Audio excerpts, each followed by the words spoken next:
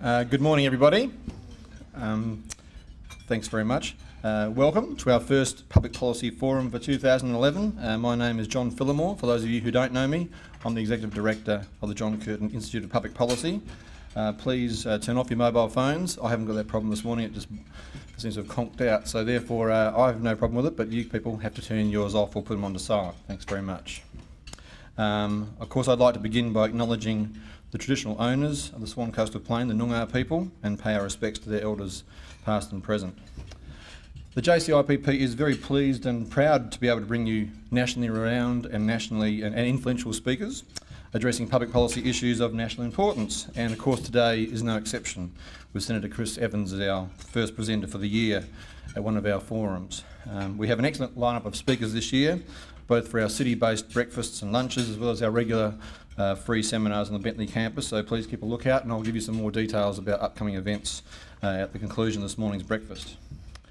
To my knowledge, Senator Evans is our first repeat speaker, certainly during my time at the JCIPP, as he addressed one of our breakfasts back in mid-2008 when he was Minister for Immigration and Citizenship, so it's great to have repeat business from the Minister. Now, interestingly, his topic that day was sustaining the boom, the role of skilled migration in the WA economy. So clearly the demand for labour and skills are issues that will not go away in Western Australia anyway. And of course that last presentation was given just a few months before the GFC really hit. So now 3 years on, it'll be very interesting for us all to hear how the Commonwealth Government and Senator Evans in particular views these issues now from a different but related portfolio and with the benefit of hindsight from the first resources boom. So to formally introduce our speaker, I'd like to invite the Vice-Chancellor of Curtin University, Professor Jeanette Hackett, to the microphone. Jeanette. Well, good morning, ladies and gentlemen, and happy St Patrick's Day. We are delighted to have our first forum for 2011, and it's great to have you here. I'd particularly like to welcome 3 members of State Parliament. We've got Janine Freeman, member for Nollamara, Peter Tinley, member for Willagee, and I think Margaret Quirk might have just stepped in, member for Girrawheen.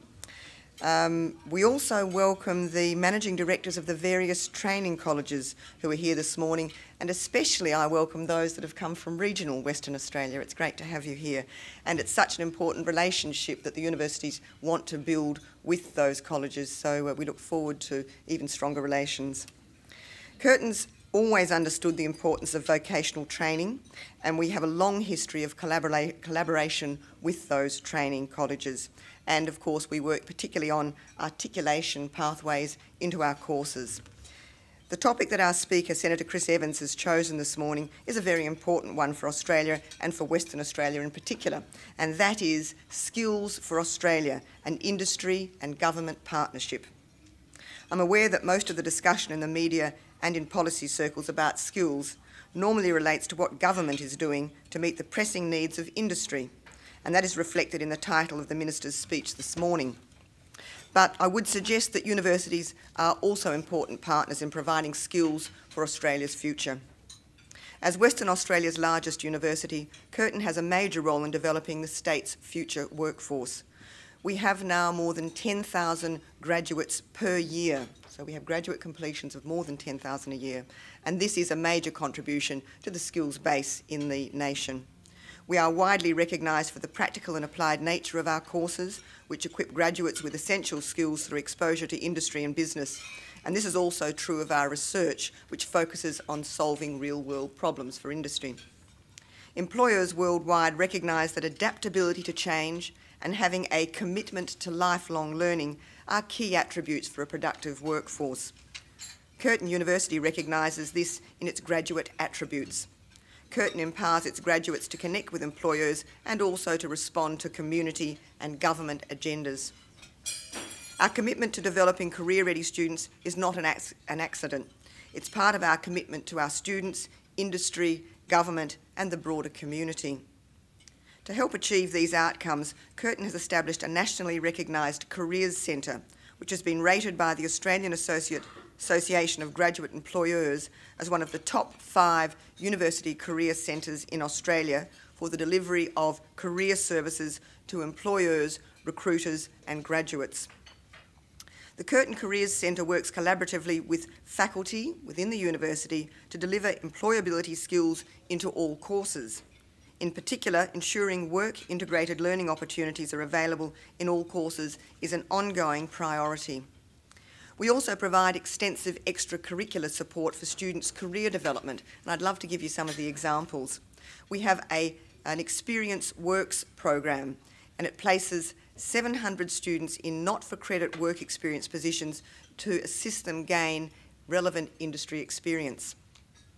We have the Next Step mentoring program, which provides over 400 final year students with the opportunity to be mentored by a Curtin alumnus who completed the same or a similar degree and assists the student into transition from employment.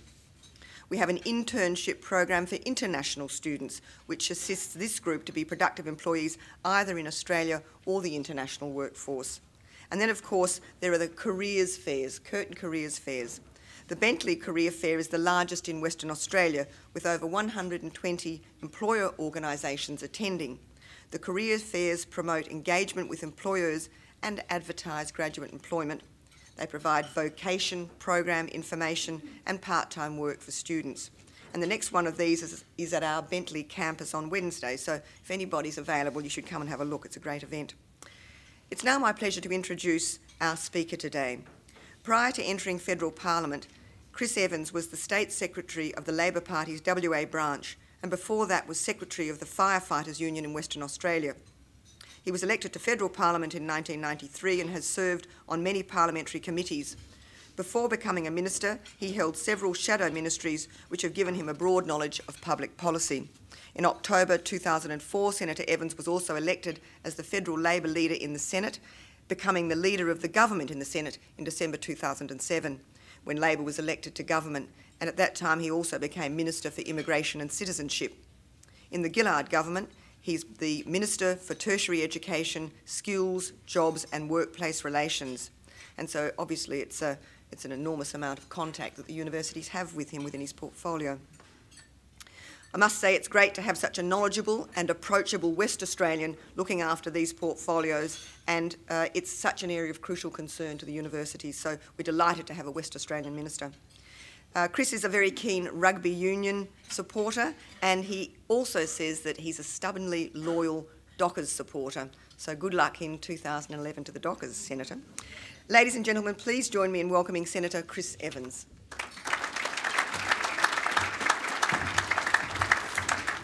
Thanks very much, Ed. I've got to take that Docker stuff off my website. Look, I'd like to first acknowledge the traditional owners on whose land we meet on, and pay my respects to their elders past and present. To special guests, ladies and gentlemen, thank you to Jeanette for the introduction, and thanks for John Phillamore's comments. I might point out, though, he's wrong. He may be a Rhodes Scholar, but this is my third time at this venue. I must say the first time was in opposition. I think it's a great credit to John Curtin that they actually allowed a forum for opposition spokespeople, and even now I think that's a good policy to continue. I gave a speech about Indigenous policy, which I called the end of ideology. Unfortunately, it was widely reported and got favourable reviews in The Australian. So half my colleagues didn't speak to me for about a year, but it is a great pleasure to be with you today. I hope too the speech is broadly consistent with what I said last time. Look, I think what I want to talk about today is very much the challenge we face, how we as a nation manage our future growth and economic success so that all Australians benefit. Now, that's the sort of phrase that runs off the tongue pretty easily, but it isn't that simple. It's not simply about the challenge of redistribution of growing taxation revenue, although that in itself can be controversial. It's not also just about articulating, the benefits, the trickle-down theory of economic growth. It's about ensuring that all Australians get expanded opportunities to maximise their potential, that they get to benefit directly from the economic success by being better able to participate in our society. That sort of opportunity is at the core of what is the Australian social contract. So the challenge was obvious, I think, in the events of this week in Perth. The State Minister for Training was in the news campaigning to have tens of thousands more migrants in all occupations settled in WA. And meanwhile, on the streets of Perth, we saw 5,000 West Australians marching to Parliament House to deliver a clear message to Premier Barnett, and that message was, we're missing out on the boom. So that's the contrast. There's a debate at one level about the need for migration and bringing in more skills, and there's people in the community who are saying, we're not benefiting from this boom, we're not getting business and we're not getting jobs. And we've got to work our way through that challenge. People are rightly concerned when they're told the economy is booming on the back of record investments in the resources and construction industries, but they don't see that translated into opportunities for them.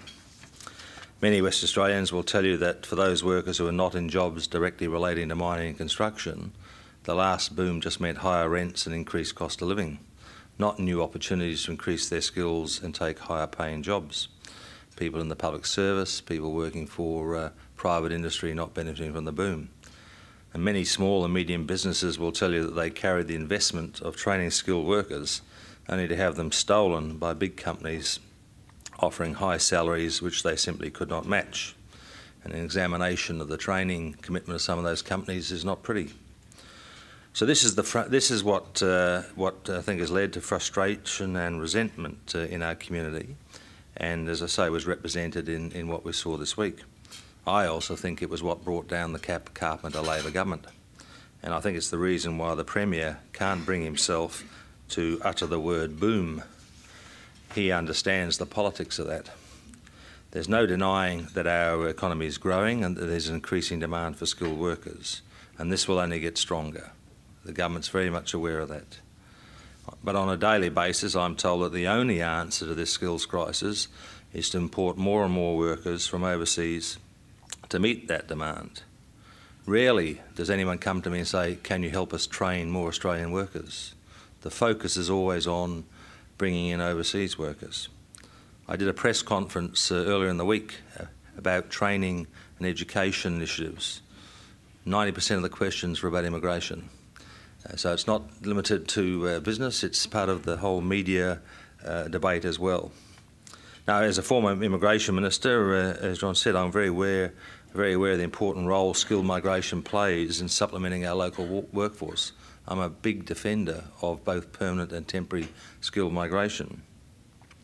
Indeed, I introduced a series of measures which fundamentally reshaped and reformed our skilled migration program to ensure it is responsive to changing economic circumstances and short-term demands in our labour market.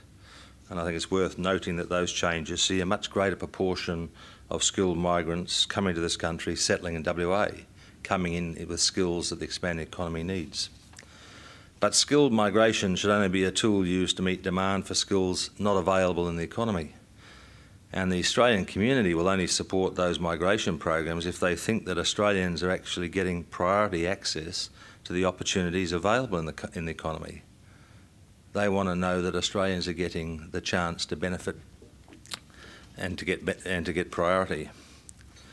Now, one of the advantages of the breadth of my portfolio responsibility is I get a pretty unique perspective on the task we face in ensuring the benefits of growth are genuinely spread across the community. I'm sure that some of you might recall there was a little flurry of commentary when my new portfolio was announced and we'd left out tertiary education from the title. We fixed that to recognise the importance of the sector, but the Prime Minister and I were both adamant that the portfolio areas of skills and jobs be retained. This is because we share a determination to see Labor's record investment in education and training result in a more highly skilled workforce, able to access the job opportunities arising from the strengthening economy. As Minister for Tertiary Education, Skills, Jobs and Workplace Relations, I write it down so I can remember it, it's a bit of a mouthful, I do get a clear view of the stresses which have been currently brought to bear on industry as the demand for skilled workers increases on the back of the booming mining and oil and gas sectors. I also get a very clear view, though, of the persistent disadvantages in our community which we must address. Areas of high unemployment, very large youth unemployment in many areas, groups of people who face social and educational barriers which stop them gaining the skills they need to enter the workforce and share in our success, huge problems of literacy and numeracy in the community that are barriers to people's full participation, workers whose lack of formal qualifications prevent them from taking higher skilled work, and people who struggle to access universities and unlock their true potential. Just like the manufacturing businesses in WA who feel they're not benefiting from the boom, those people want to know how they will benefit from economic growth and ask whether they're getting a fair share of the opportunities available. Our nation's challenge is to make sure our people get those opportunities. And of course, the best driver of opportunity in our country is education and skills training. But this won't be done by governments alone. We've learnt that. There are challenges for the whole community, there are challenges for our society, and there are challenges for industry, for educators, for trade unions, for all of us. We're going to need flexible and innovative partnerships to overcome those barriers to full participation in the tremendous opportunities available. That is important for our economy, but it's also important for our social inclusion. Now, I just want to make the point, while people talk about the skills crisis, we've got to talk about things in terms of crisis, not challenges. But I just point out what a great crisis to have. My counterpart in America is looking at 9% unemployment, huge unemployment queues, social deprivation, poverty, and social chaos caused by the collapse of their economy. So when we talk about our crisis, let's keep it in perspective. It's a great problem to have. It's a problem about managing growth, and we ought to, I think, always remember that. So I want to spend some time today talking about the partnerships we're forging with industries and the way in which these, I think, act as a model of what we can do better.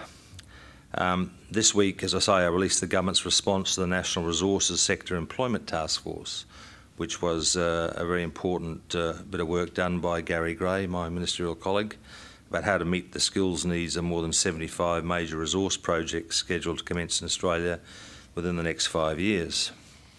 As I say, the reporting focused on immigration, but we announced that the government accepted all 31 recommendations of the report, and that would form the foundation for the first stage of a national resources sector workforce strategy. We got a good response from industry and trade unions about that report, but also the two initiatives we announced on that day. The first of these is a groundbreaking adult apprenticeship project. For the first time, it's targeted at recruiting experienced workers, recognising the existing skills they have and training them to complete all the competencies required to obtain a full trade qualification within 18 months. It's about saying to existing workers, you've got skills, you've got experiences that should allow you to progress to tradesman level and take those opportunities that are available in the economy in a much quicker time, provided you've got the key competencies. It's not about lowering standards, it's about giving people in the workforce the opportunities. Many of those people might have missed out the first time. Some of them would have failed to complete apprentices.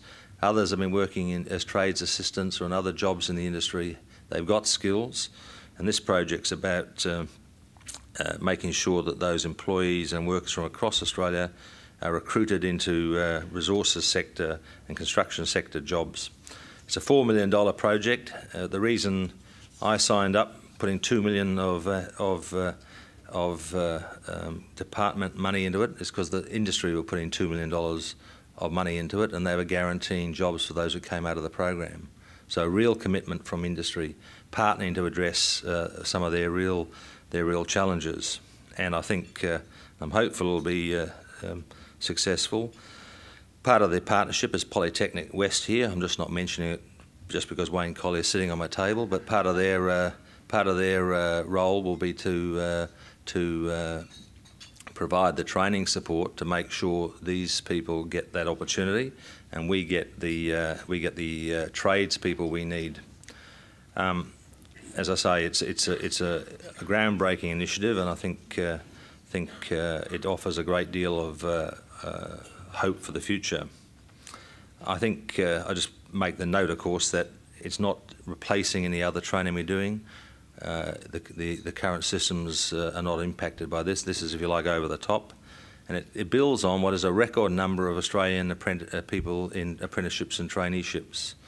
We actually came out of that last boom in pretty good condition. Normally there's a huge drop-off in apprenticeships and training, but because of programs like Kickstart, which we ran, and I think a more mature attitude from employers about holding on to people during the downturn, and I think, I congratulate employers for that. We're actually now in a position where we've got record numbers of people in apprenticeships and training, within a year or two of the global financial crisis. That's not true of other countries. And I think, we did a good job in government of supporting programs that assisted that. And I think we're now very well placed. But nevertheless, there are, I think, still going to be skill shortages, obviously, and we're going to have to do more.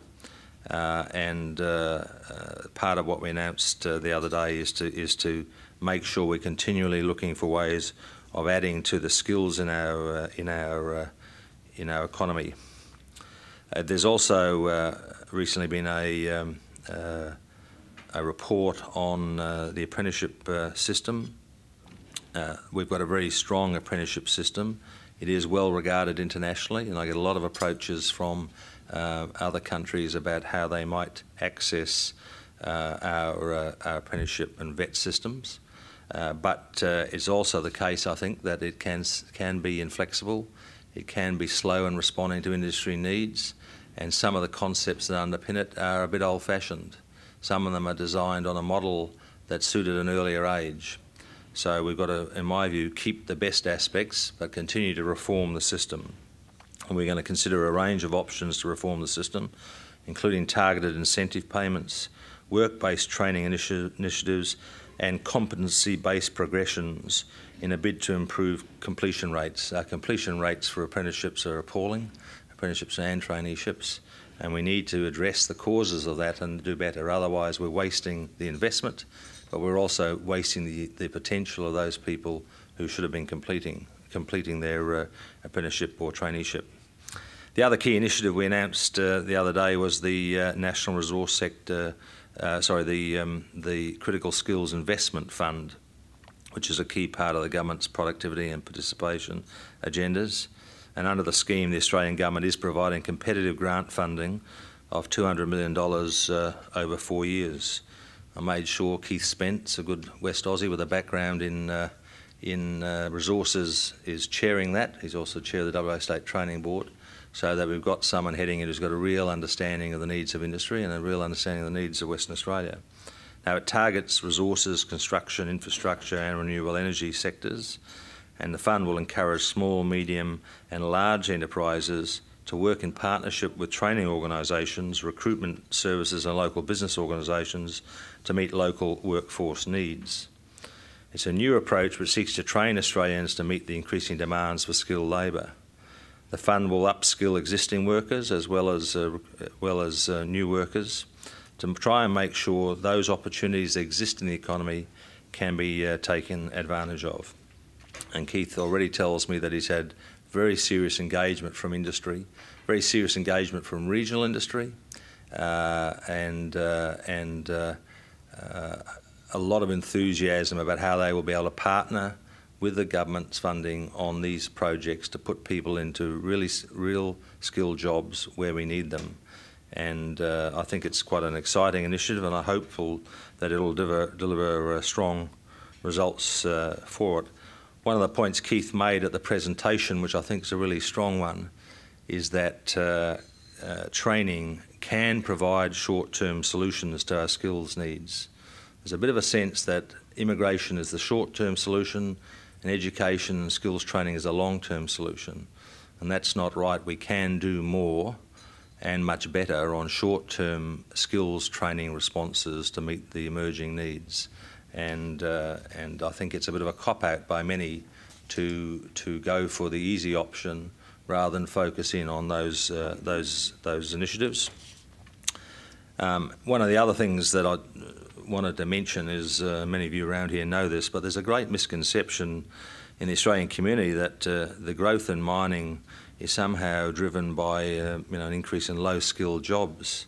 Because the reality is both the mining industry and its support industries are skilled and highly specialised, with lots of workers like engineers, geologists, human resource managers, IT specialists, finance officers. It's a highly skilled industry. It's not about blokes on shovels. In fact, if you go to mining operations now, it's pretty hard to find someone, and we're moving to driverless trains, which I'm not so sure about. I kind of like the security of having someone at the wheel, but it's a high-tech, high-skilled business, and the service industries that support it are high-skilled and high-tech, and it means a lot of the jobs of the future they are in the jobs which will require university graduates. If you look at the projections from Skills Australia and others about the sort of work they'll be emerging in the next next 5 to 30 years, they're high-skilled. They are requiring high levels of training and education, and I think we've got to keep reinforcing that message. There's a short-term focus on trade skills, which is important, but long-term and short-term, it's a high skills job market that we're going to have to meet, and that's why Jeanette was very correct in talking about the role the university sector is going to play. One of the reforms this government's made, which is not broadly understood, and when I read editorials that we've done nothing about structural economic reform, it gets my blood boiling. But we've actually uncapped university in places from next year. It's a huge reform. Universities will be able to enrol any student who meets their criteria to study at their university. We've traditionally had this command economy style where the universities are told how many places they're allowed to have each year as a result of government decisions. We're freeing up that market, which will allow broader access to university and allow universities to meet the needs of students, which in turn will meet the needs of industry, because students will pursue courses that lead them to jobs. So it does mean, I think, that our universities can grow with confidence, and in the next generation of students there will be many people who will be the first in their family to embrace the life-changing opportunities that a university education can offer. Now, unis are experiencing record growth of funding, despite what the Vice-Chancellors say. And between 2008-09 and 2011-12, we will be investing a staggering $37 billion to increase the number of Australians who hold bachelor degrees. We've committed $4.15 billion to major infrastructure projects in higher education, including the new engineering pavilion at Curtin University, but also into research and into VET, to make sure that we're transforming the learning environment. Now, I think these opportunities have been embraced by the sectors, and it's very pleasing to see that. But they're also taking up the challenges more broadly of the needs of industry. And the Mining Education Australia joint venture, which is responsible for producing 85% of the nation's mining engineers, and as a result of the collaboration of a number of universities, has seen the number of graduates almost doubled in 3 years. We basically, up until now, have been importing all our mining engineers. But in 2007, there were just 113 mining engineers graduating. Last year, 192 were graduated as a result of this initiative. So we're starting to lift our game in terms of training our own mining engineers, and we're going to need a lot more of them because it's very much an ageing workforce. Another innovative partnership between the Australian Chamber of Commerce and Industry and the Innovative Research Universities will enable university students to have real-world job placements as part of their studies, linking them directly in with work experience and the needs of employers. And last week I announced the first inaugural grant on the government's $400 million Structural Adjustment Fund, and went out to the Mount Lawley campus of Edith Cowan. Edith Cowan were the first successful applicant under that fund, and they've been awarded $6.9 million to reshape its curriculum to support a more innovative student learning experience, which will focus on delivering job-ready graduates. So there's a lot of initiative starting to happen, which is great, a lot of partnerships with industry, and I'm pleased to say many of the West Australian institutions are at the forefront of that, better linking with the needs of industry. So look, I just want to say that I think there is great opportunities for us, but we've got to make sure that we spread the benefits of the growth, that we understand the social tensions that underpin some of the stresses of growth, and that we build partnerships across the education sector and industry to provide strong opportunities for all Australians. We are on the cusp of a period of enormous economic growth, but the patchwork nature of our economy will not see the benefits of that growth automatically fairly distributed across community sectors or regions. The challenge for us is to provide opportunity for all Australians to benefit from that growth. And the great driver of opportunity in this country and the chance to participate in that growth will be driven by education and skills training. Only by partnering that training will we, with industry, will we be able to make sure that we take advantage of those opportunities, a really once-in-a-lifetime opportunity to give many Australians the chance to participate that otherwise may not happen. If you can't take along some of the disadvantage in our community at the time of the boom, when can you?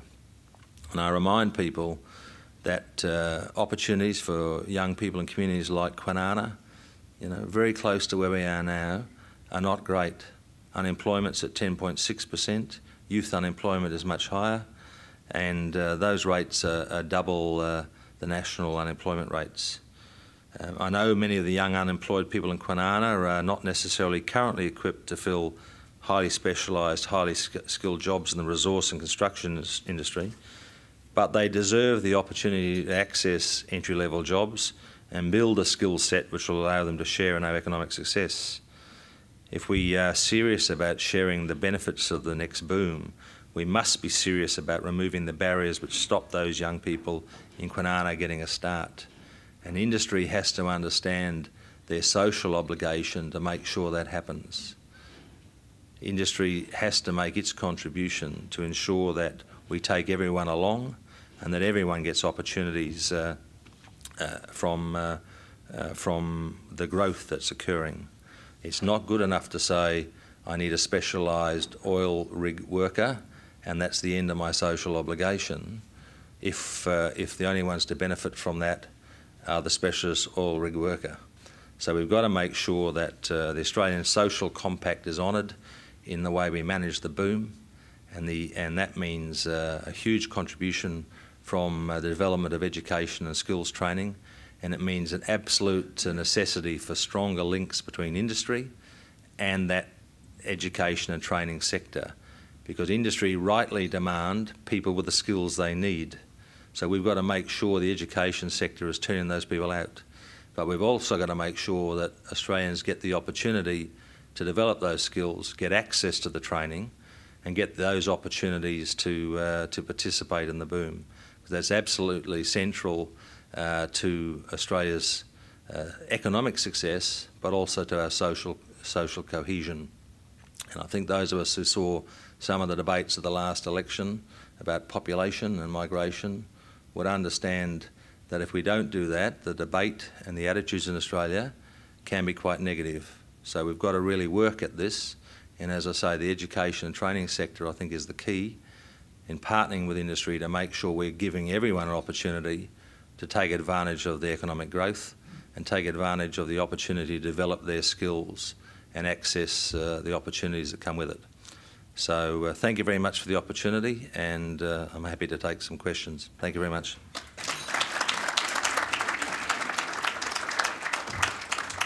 Thanks, Minister. I know we've got people here from industry and from industry associations and from TAFEs and from universities, so there should be a wide range of questions coming at you with a bit of luck, and I'm sure that will be as long as the first one's not about migration. Okay.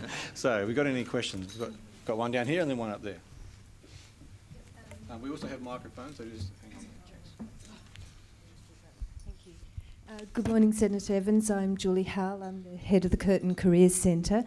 With the amendments to the Fair Workplace Act, there were implications for our students participating in work experience or work experience programs.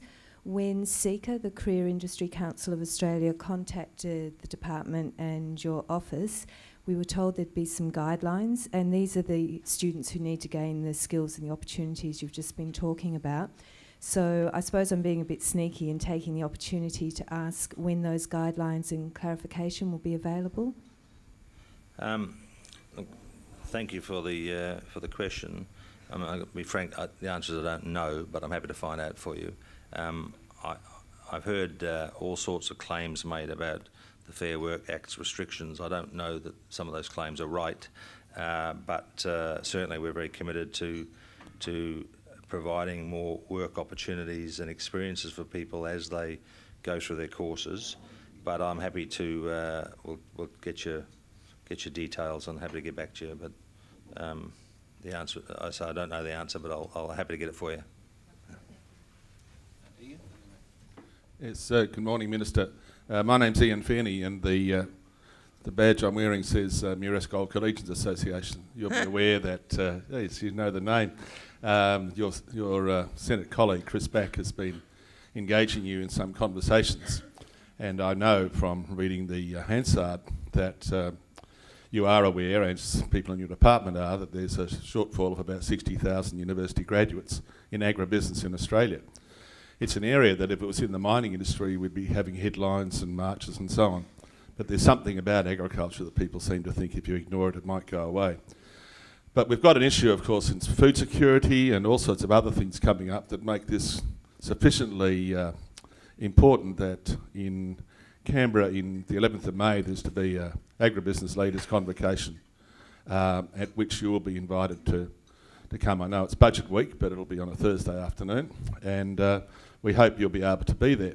My particular issue that I think you're aware of is that in Western Australia, Curtin has decided to move its interests in agriculture education to the city. The campus it's leaving behind is now going to be teaching courses. The C.Y. O'Connor Institute, John Scott, the Managing Director, is sitting next to me.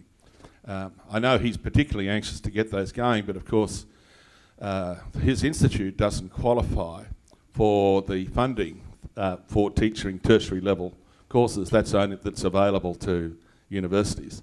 I guess we are interested to know in the initiatives that you're rolling out whether there'll be an opportunity for institutes such as C.Y. O'Connor around the country to start providing university level associate degrees in the first place that can access the Commonwealth funding that would happen if it went to universities. My point I'd make to my colleagues in the room is most people would have been left with the view from the media that there just aren't kids interested in ag education anymore. Fortunately, in this state, we've got 5 agricultural high school campuses and 1 Catholic campus. They are full up with waiting lists at year 11 and 12. So, and they're all in the rural areas. So there is demand at that level that's not translating to the tertiary level. If we can get funding to support C.Y. O'Connor and other institutes, that would be a big step forward. Thank you. Look, thanks, Ian. You sound almost as passionate as Chris Back, the Senator, is, and yes, he has bent my ear at length about this, and we have had a bit of a discussion at Senate Estimates about it, and I understand the concerns. It is, I think you're right to point out, issues of food security are going to be enormous in the next little while. I don't think there's a broad understanding of how important those issues are, and obviously we've got huge issues relating to water.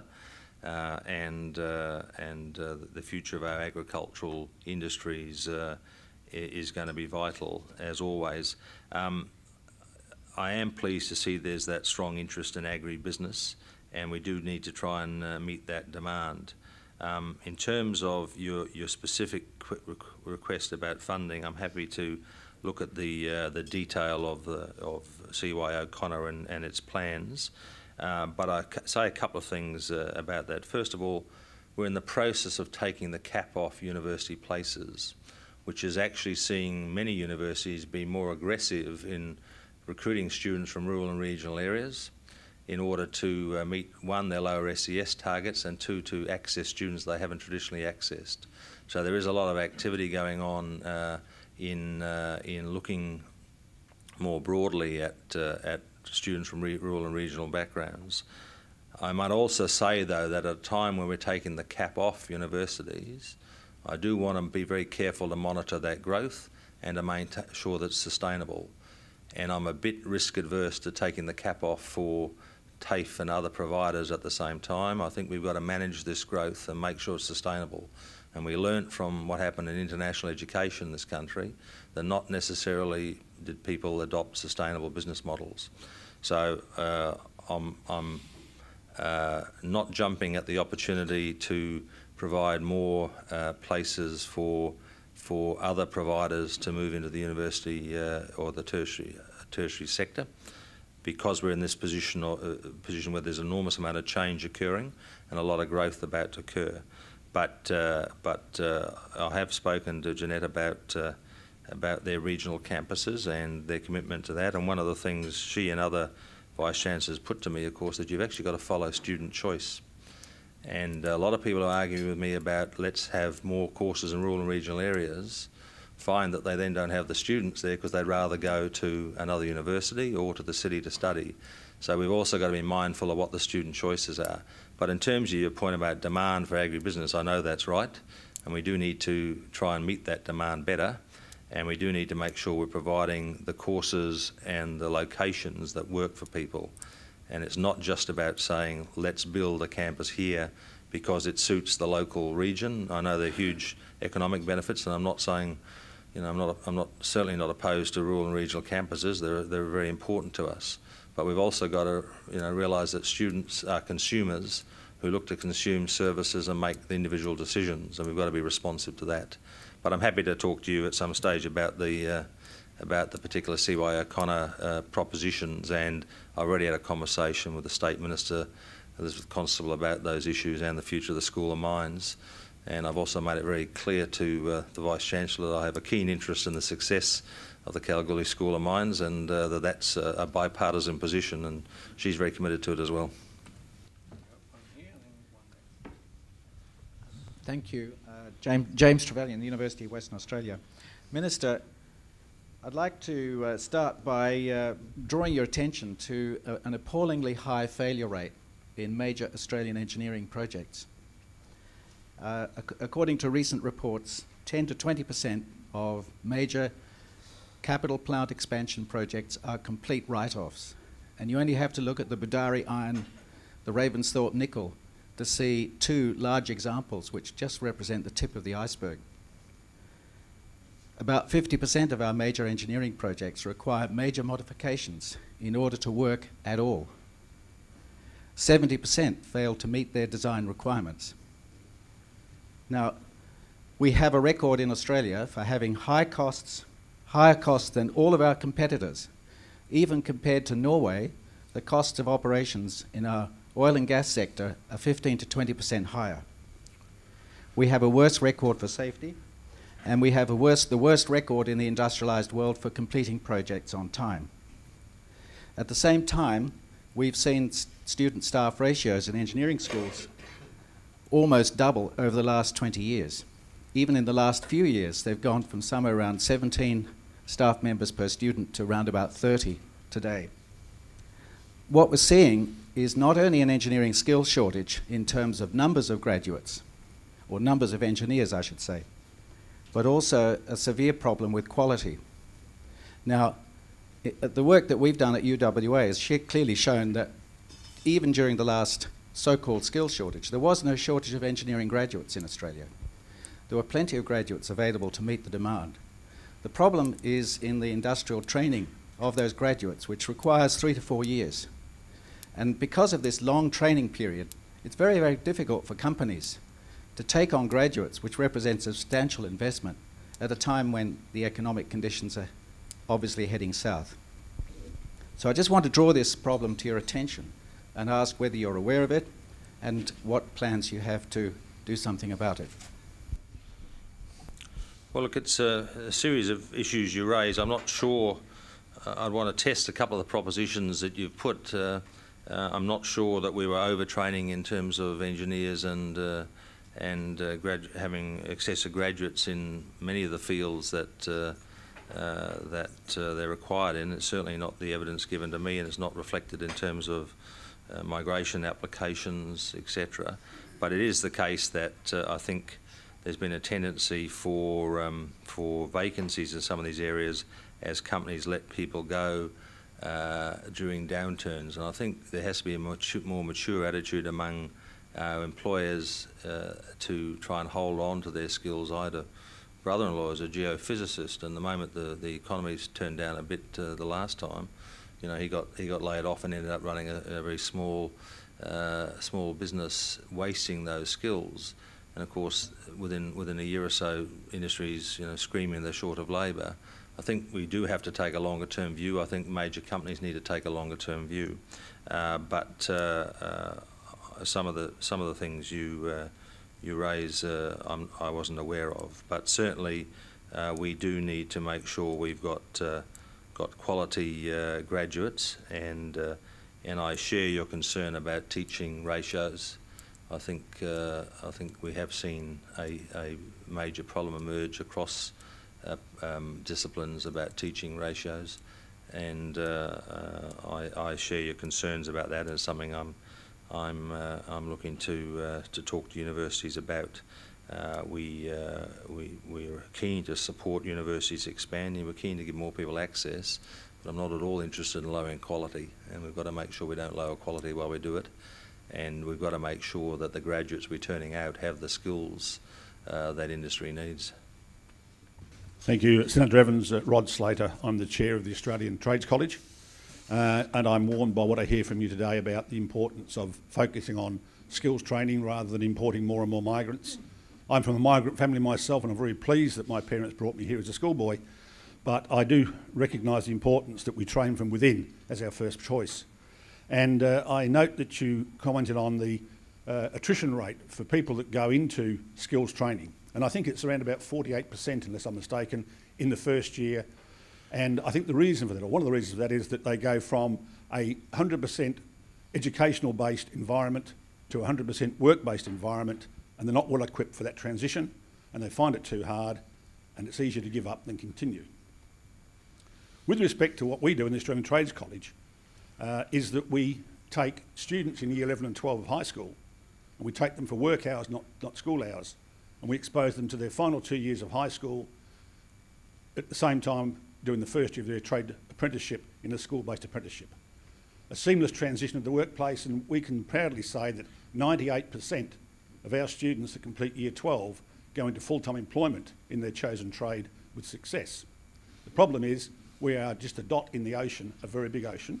We'd like to be a bigger dot in that ocean, and we'd like to work collaboratively with your department to enable us to roll out the model that we have, that we can prove the success to you, to a wider section of the community, and I look forward to the opportunity to work with you and your department in that direction.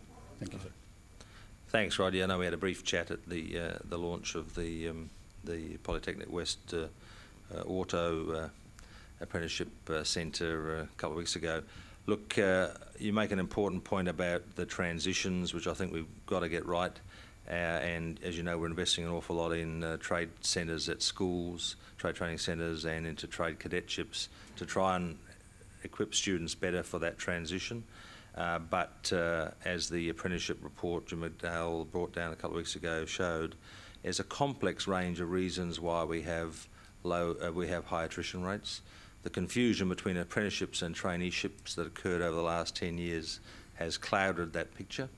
When you get figures that include short-term retail traineeships with 4-year trade apprenticeships, and it all gets rolled into one, I think disaggregating some of that's important. But the issues that they've identified about dropout rates go to things like wages, the incentives for employers, whether or not there's enough mentoring in the workplace, etc. So it's a really good report that tries to unpack some of the complexities of those things and has a bit of an evidence-based, and I'm always much more interested in evidence-based commentary than people just asserting things. I think this report will be really helpful. But we do need to drive reform. We do need to increase retention. And one of the things that that shows up is that of the total number of people in apprenticeships and traineeships now, 40% are over 25. Now that's not how we think about that training generally. Now that's more represented in the traineeship end than in the apprenticeship end, but still the age of people doing the courses are different. Their needs, their circumstances are different, and I think we've got to address all those issues. But when you've got completion rates of 50%, clearly it's not working.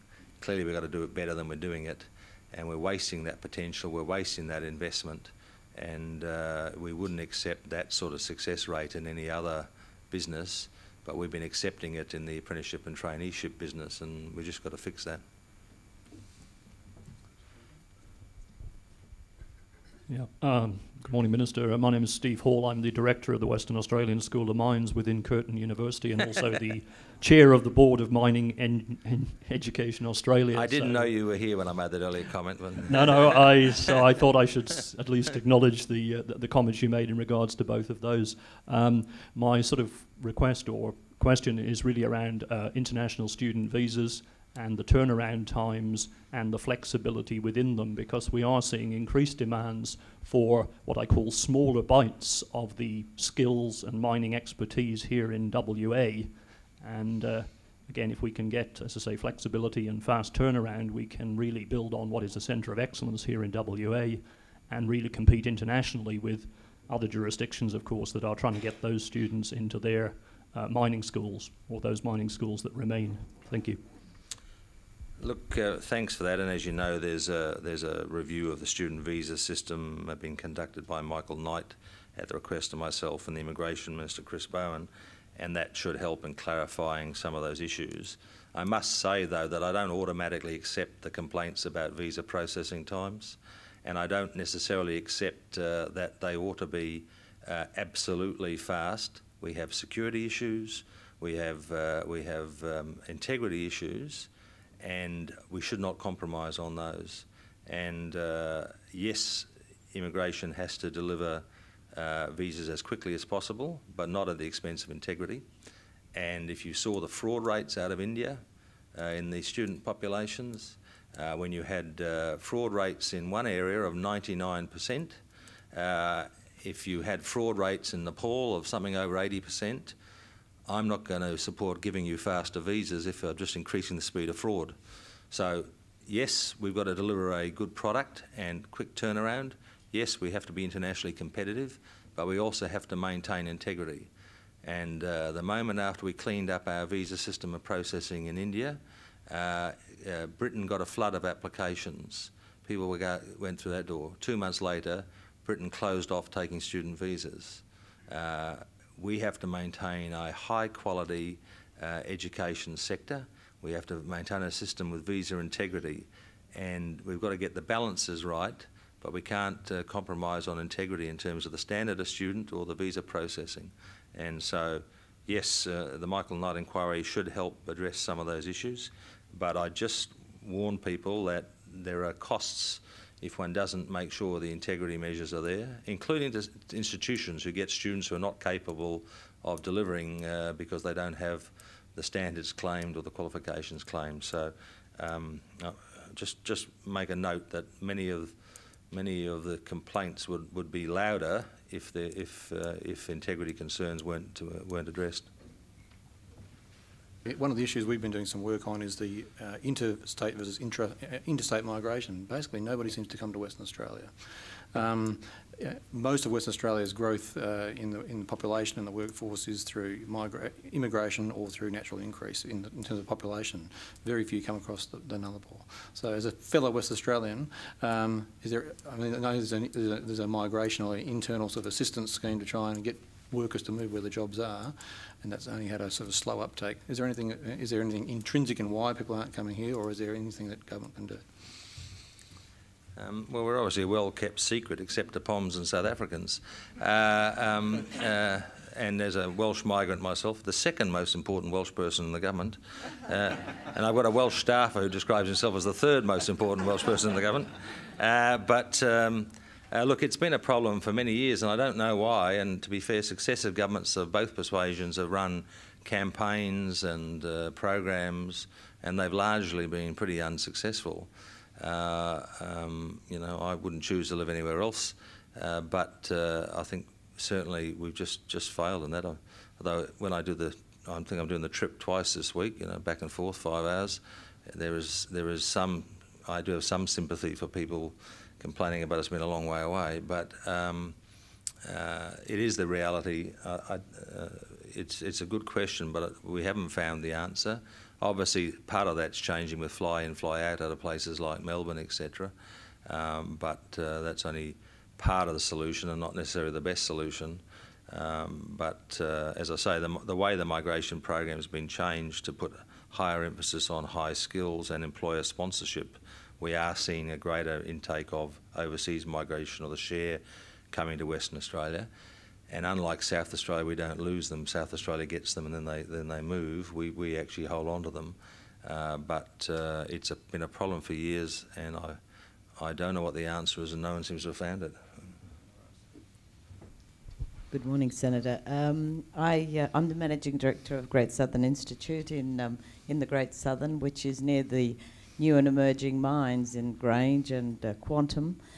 And with our discussions with them, what we found is that the Critical Skills Investment Fund, which is great for Western Australia, is not actually meeting the needs of emerging mines. So the skill sets that are required and the training package requirements don't quite come into the emerging mines. So I was wondering if there's scope to have discussions on that and perhaps give you some information that will allow a broader skill base to be developed in new mines.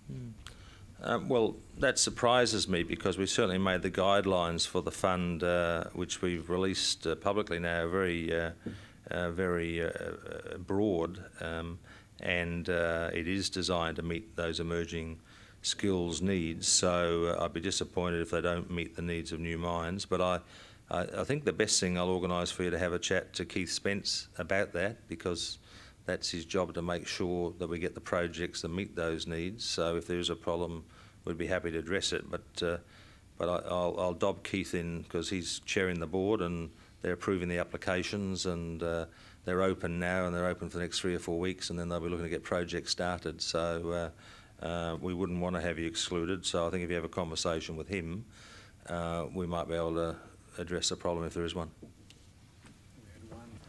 Senator, Yep. I want to raise another issue concerned with engineering education. One of the results from our research is that foreign students in engineering from many regions, including South Asia, China, Northeast Asia, are relatively unsuccessful in the engineering job market.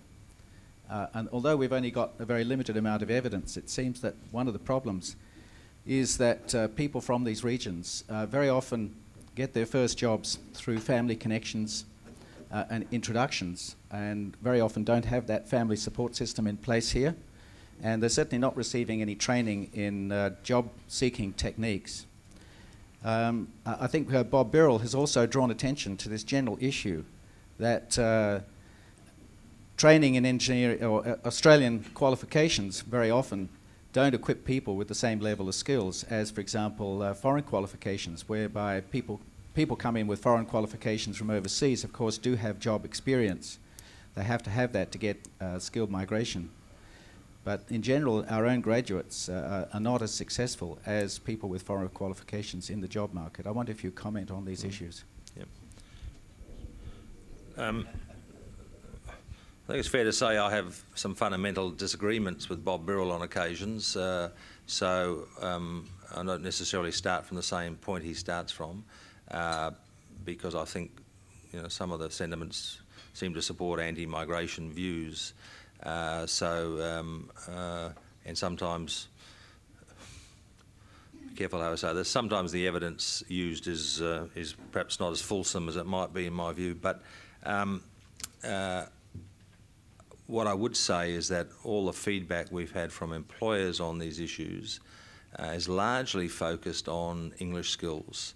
and socialisation issues.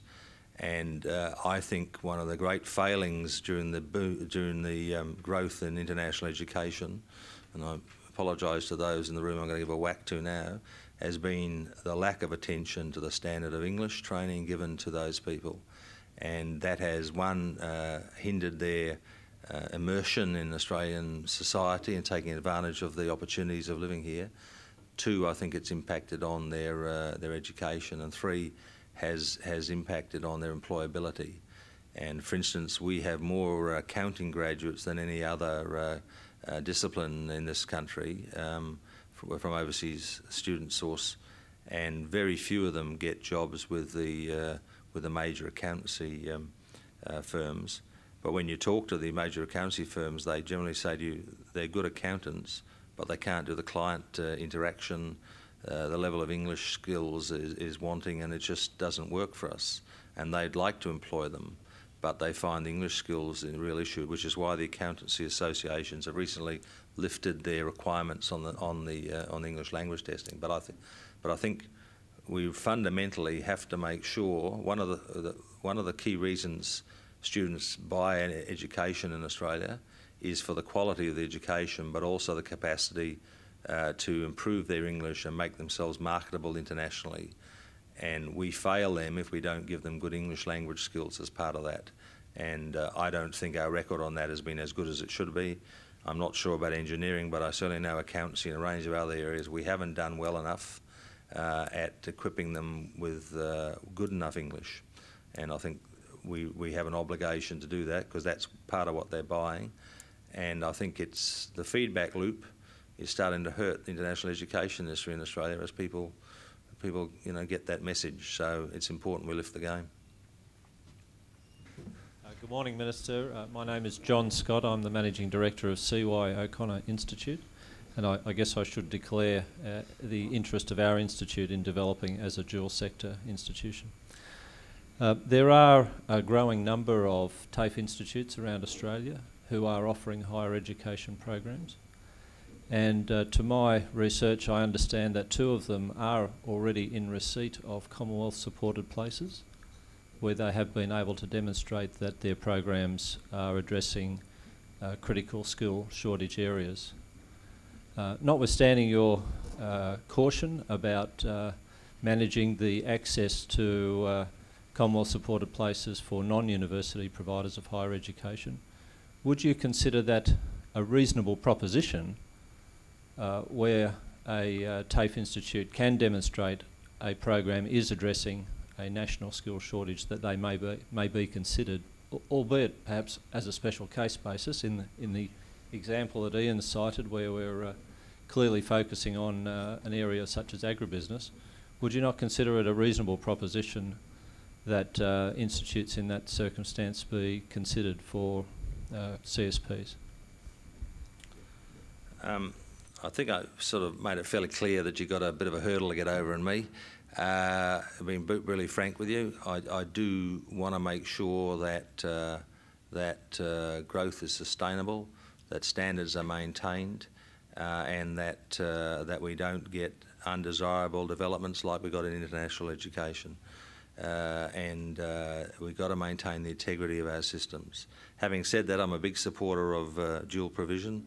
I'm a big supporter of trying to articulate people with TAFE and higher education, and I'm very interested in partnerships that directly lead people to meeting skills needs. I think one of my concerns, I suppose, is when people come to me from TAFE and saying, "Oh, we're running a diploma course because industry's telling us that the graduates are no good to business, and they want us to give them some real training so that they're employable." Now, some innovative TAFE people are into that market, and good luck to them. But it raises the question with me: well, hang on, why aren't the university graduates employable and work ready? Which is the sort of program we're talking about, making sure the partnerships are there, that we are delivering graduates for business. So I'll probably upset everyone in the room by that remark. The TAFE directors who want to train them, and the universities who are criticised by that critique from business. But it is the feedback you get. As I say, I'm very supportive of any collaborative arrangements, but I will be very conservative about extending those arrangements in terms of fee help and higher degrees to TAFEs. I know it was done on a couple of occasions, and want to make sure we have a proper assessment of how that's going. It's fine for people to be entrepreneurial, but it's also got to be on sustainable business models. And we've let a lot of levers go in the last little while, and we're letting them go next year. It will keep the Tertiary Education Minister awake at nights worrying to make sure that it is sustainable. So the free market's open. Hopefully, people take advantage of the opportunities, but we've also got to remember that most of those institutions are operating with public money, and they have an obligation to make sure that public money is utilised appropriately with appropriate risk management. So the bottom line is you've got a bit of work to do on me, but I'm happy to talk about how we meet those needs of industry. Okay, well, on behalf of everybody here, I think we've given the Minister a pretty good grilling, and I don't think you made too many enemies at all, actually, Minister. I think people here are both appreciative and also very admire the candour with which you've answered the questions. So on behalf of everybody here, can we please thank Senator Chris Evans.